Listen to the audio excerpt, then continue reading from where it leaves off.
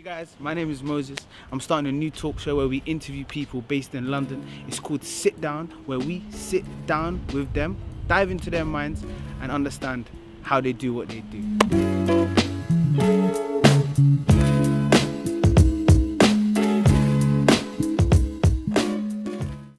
Today's our first interview. We have Etim Essien. Thank you. I did, sir. Thank you very much for the opportunity. He's the founder of Exkluse Media, which has been around for about 9 years. 9.5 years at the moment. Yeah, and counting, so thank God. Could you tell us a little bit about yourself, what you do? Okay, cool. So my name is Etim Exkluse. I run a media production company. We've been doing it for the past 9.5 years, like you've heard. There's loads of other things you can find out, but I'm sure you're going to find out throughout the interview. So let's get into it. Cool, man. Right, so earlier on, a couple days ago, Yes. I messaged you asking you about your 4 mantras, Yes, you did. right? Do you want to recite your 4 mantras for us? Okay, cool. So my 4 mantras, I would say, number 1, being God. Number 2, being smart work. Number 3, helping out others. And number 4, I have forgotten it, but Moses is about to remind me of what it was. Positivity. Positivity. There we go. So I wanted to start off with God. So that's every time you've ever mentioned your mantras to me, God has always been number 1. That's correct. How important is God? So, you know what? You know, a lot of people have God in their lives and, you know, talk about it in ways, you know, that makes sense for them. For me, when I've come through the hurdles in my life and when I've been at the deepest lows, it's always been the reason for me always coming back has been because of my relationship with God. So I'm personally a Christian. Others of you, you know, you might be Muslim, you might be whatever, Sikh, whatever. But for me, it's just been the cornerstone, you know? Literally, it's like, imagine being pushed off, but instead of landing on rock, you land on a trampoline, you know? And that's the best way for me to explain my relationship with God and why it's it is my number 1 mantra. So how important is God to you and what you do in your career as a filmmaker? All right, cool. So tangible experiences of where it helps me out is like most productions, before I go off, I pray, you understand? And I put in positive energy into it and I announce exactly how I want it to go and what I want it to be. You know, for example, I'll say, you know, God, let this fantastic shoot be the fantastic shoot that you want it to be. You know, let your wisdom and your power and your intelligence and your inspiration run through me as I go to these sets. And every time I do that, I feel so much more at peace. You understand? So that's one way that it interlinks into my field. Obviously, meeting so many people, me personally, I believe that in my life, I've been made to help those that kind of need that shove to go in the right direction. So meeting, you know, all these new people that I do on my sets, or, you know, when I'm going out and I'm networking, you know, I think it's the perfect fit.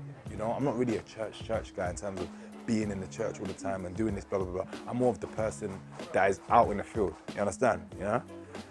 I'm in the field and I like to communicate and, you know, just talk to new people and understand new people. So whoever God has out there that he wants me to work with or to pull forward to a certain place, I'm in the right place.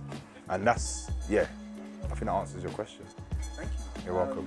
One question that was on the top of my head was, where would you be without God? That's an interesting question. So quite frankly, before the whole, you know, how can I put it? So obviously in Christianity it works as you get saved and that's when you give your life to God, to Jesus, yeah? And after that point, basically in short, you are now, your name is written in the scrolls, in the book of heaven, yeah? Till that point, I didn't necessarily have anything to lean on. I was going to church, I was doing this, I was doing that. You know, my mum would force, you know how it goes in the household, you know? They'll just force you to go, you know? But there's no real connection, you know? So when I actually built that connection, it added another layer of confidence, of assuredness. You know what I mean when I say that. And it just really added a resilience. Like, for instance, like my father died when I was 11. So, you know, all my life pretty much as a teenager and growing up into the man I needed to be, I didn't really have a male close enough that I would allow. You know, you have the uncles there that want to help out. You have these kind of, you know, different people that want to help out. But I didn't really have anyone that would get to that level, you know? So what God did, he bridged the gap and allowed me to develop into the man that I've come today, you know, become today, you know? Practically through reading books. I was reading books on, you know, being a man of God and different things like that. And, you know, it just really helped in terms of building my character and, you know, allow me to become as confident as I can. So, yeah, that's it really. That's amazing, man. I wanted to go into your second mantra, positivity. Okay. In the line of work that you do, how important is it to be positive or to have a positive mindset?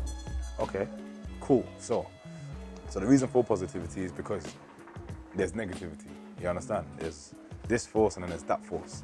So in my day-to-days, it consists of either, you know, going to my office, editing, calling clients, organizing for cast members, organizing for crew, organizing with studios. A lot of things in my, you know, in my admin and, you know, organizing can go wrong, and it does go wrong, you know, and it goes wrong on such a frequent basis that if I was not able to have a mentality that looked further and looked, you know, kind of through that obstacle, then, you know, I'll be a sitting duck. You know, I own my own company. I'm a flipping example to myself, number one, and then to others. So if you can't pick yourself up, how are you going to move forward in, you know, in your line of work? So that's how that mentality, why it's so close and why, you know, I practice it every single day. Have you always been this positive? Not at all. 100% not at all. And it's all come through experience. You know, there's experiences where I felt certain ways and I had a decision whether to feel this way or to think about it like this.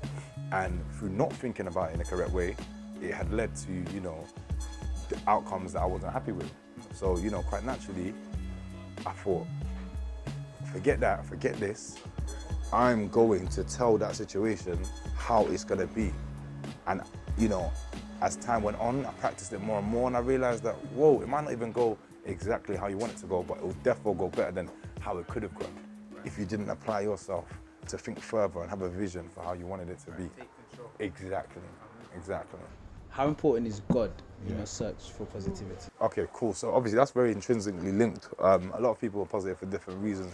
You have atheists that are positive for reasons just because, you know, they can see the outcome of having or allowing your mind to have outcomes that you want to happen.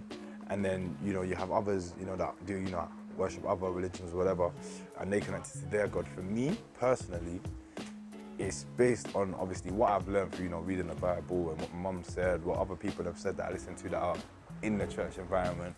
And I can't always explain why I am positive, but what I can explain is that the depth behind it has come because of what those around me have invested into me. You understand? My mum's prayers, the wise words from my grandmas and, you know, grandpas and uncles and so on and so forth.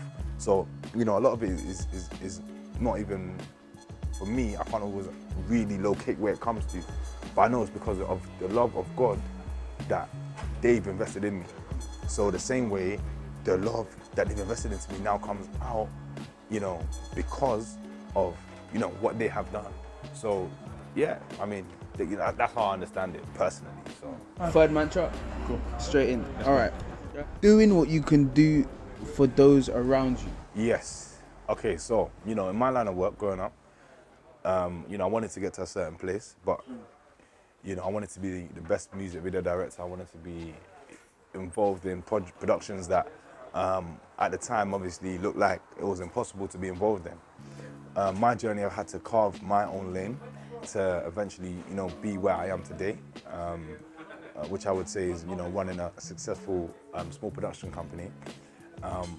But a lot of the things I've had to do along the way, if someone had given me an opportunity to be with them or shadow them or go here or go there, I would be where I am a lot quicker and at a lot of an earlier stage. So when I say that, it's because I've been through the hardship and I know what others could have done, but maybe didn't do. So I want to give the opportunity to young people and those that have a firm passion, you know, in creating, in creativity, in creating products, you know, to affect the world. you know, I want to give them the opportunity to see how I do what I do, and then let them go and flourish to be how they want to be. You understand? Because at the end of the day, helping that person, for me, is not a matter of creating competition. It's more of a matter of creating a more refined and energetic, knowledgeable, just a more Complete. Industry. If I'm showing you this and you become better than me, then I'm gonna want to become better than you. You understand? it's like You understand what I'm saying? Messi. You see what I'm saying? So, you know, others will be like, why are you doing that? That person could go off and do that, or take your contacts and then do this and do that. For me, God has got my journey sorted. I don't need to worry about that. Me, I'm focused on what my journey is, and if I can help that person, then why not? I have a genuine interest to affect, you know, young people specifically, but also those that want to do, because why shouldn't I? You know, we're all here as brothers and sisters, so, and you know, and it's, you know, we should really just be trying to help each other and trying to just get everyone to, you know, be the best they can be. It's almost a selfless thing you're doing, because it's almost as if you look at the balance that you need to present yourself, you know, like to push yourself forward, but you're using that energy to push somebody else forward. How hard is it for you to find that balance? I mean, it's very hard because obviously a lot of the time I'll say, yeah, come meet me on this day, but things happen and I get a meeting or I got an edit or whatever. But all I will say is just do what you can do for today. If you say you can help someone and it doesn't work, it doesn't end up happening, at least you've said that's the first step. The next time there'll be availability for both of you to, you know, join forces, and it will work. So the main thing is just do what you can for today, and then tomorrow will sort itself out. I want to jump onto your, I feel like we're rushed for time. I want to jump onto your fourth mantra, smart work. Okay, cool. We've briefly talked about smart work, yeah, and you mentioned a few things, but I want you to tell. You know, the cameras are going, okay, cool, say no more. So when I say smart work, what I mean is finding an equation, you know, that works for you. For me, growing up, you know, running a production company, I worked from home mainly until a friend of mine took me to shisha spots. A couple of years down the line, I thought, you know what, let me just work here. You know, I like shisha and I like to work. Boom, we came together, so I did it. 6 months down the line, I was looking at the productivity of the work that I was doing, and it was increasing. What I was saying earlier is that it's a ratio between cost and productivity. That cost can be high, but the productivity can be higher. It just depends on what you want to do. So for me, going to shisha cafes, of course, there's a cost. You have to pay for your shisha, you have to pay for your food, whatever. You're here in an environment where you're likely to, you know, get things, fine. But then I basically compared that to the amount of productivity, amount of work that was getting done. And for me, if I wasn't coming to these kind of places, I'll be at home not doing what I need to do for the day. So then that then told me that, okay, cool. Who do you put first in this situation? Your comfortability or your client? I put down the comfortability and I put the client first.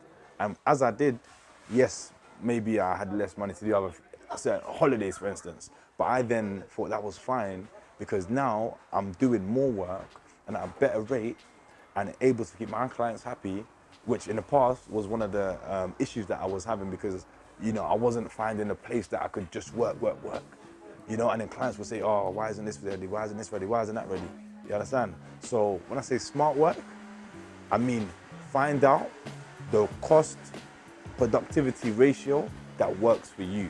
I've recently bought an office this year, thank God, but crazy, it's mad. I'm only sometimes in there, maybe half the week. But again, I could be, you know, saying, oh, damn, I'm wasting money here. No. I've got that office because I've got now a stupidly big screen. So when I need to edit certain things, I can see all the details. And yes, I might not be utilizing it right now to the best of my ability. However, it means that I can produce the work I want to produce for the client the best way I can. You understand? And I'm prepared to pay that cost. Smart work. Smart work, let me not lie. Right. I watched a video of yours a week ago. It was something that you posted like 7 years ago. You asked a question to Cuba. Cuba Gooding Jigger. Yeah, that was like Cuba Gooding Jigger, yeah. And you that. asked him what his message was in that film. Yeah. But I want to ask you, what is your message? Before I even get onto that, you see, that's another example of positivity.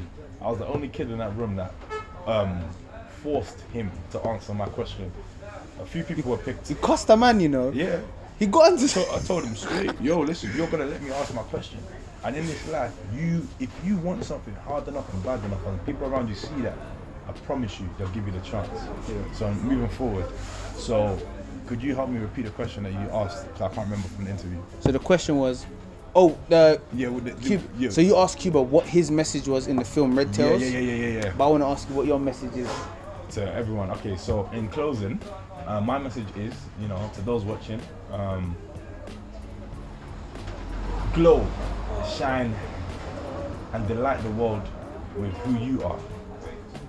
Be uncompromised, and don't stand for a no. A no can easily be deconstructed into a yes if you believe in yourself as much as you want people to believe in you. Have a vision, look further than you can possibly see, and you'll most likely land at a place that you're comfortable and happy with. Use love as a motivation, use love as a cornerstone, and whatever it takes, do that thing. Be a blessing to others, be a blessing to life. That's what my aim is. I hope you've enjoyed the interview, and I hope that you've taken one or two things. I'm out. You're not out yet, big man. You're back in again.